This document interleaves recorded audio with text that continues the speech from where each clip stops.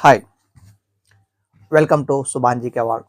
Today topic వచ్చేసి వల్లభాచార్యుడు.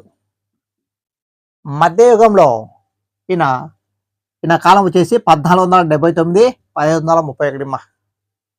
Okay, 1479 1531.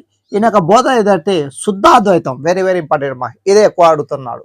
So వల్లభాచార్యుల వారి యొక్క బోధన ఏదంటే శుద్ధాద్వైతం.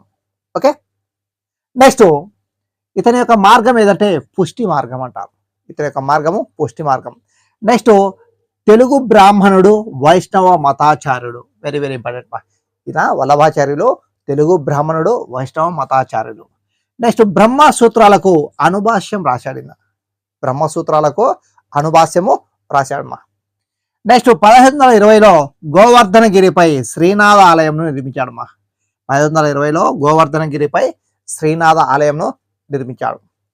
నెక్స్ట్ ఇతని యొక్క 8 మంది శిష్యులకు గల పేరు అష్టాచాప్. ఈయన యొక్క 8 మంది శిష్యులకు గల పేరు అష్టాచాప్ అంటారు. ఓకే, నెక్స్ట్ చైతన్యుడికి సమకాలికుడు ఈయన.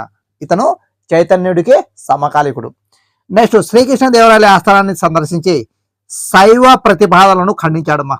శ్రీకృష్ణదేవరాయల ఈ యొక్క ఆస్థానాన్ని సందర్శించి శైవ ప్రతిపాదనలను ఈయన ఖండించాడు. ఓకే, శ్రీకృష్ణదేవరాయల కాలం ఈయన. ఓకే, నెక్స్ట్ ఇతని యొక్క రచనలు ఏదంటే మధురాష్టకము, తర్వాత సుబోధిని. మధురాష్టకం, సుబోధిని. ఓకే, ప్రతి ఒక్కరూ సుభాన్ జీకే అవార్డ్ సబ్స్క్రైబ్ చేయండి, షేర్ చేయండి, లైక్ చేయండి మా. Okay, thank you, all the best.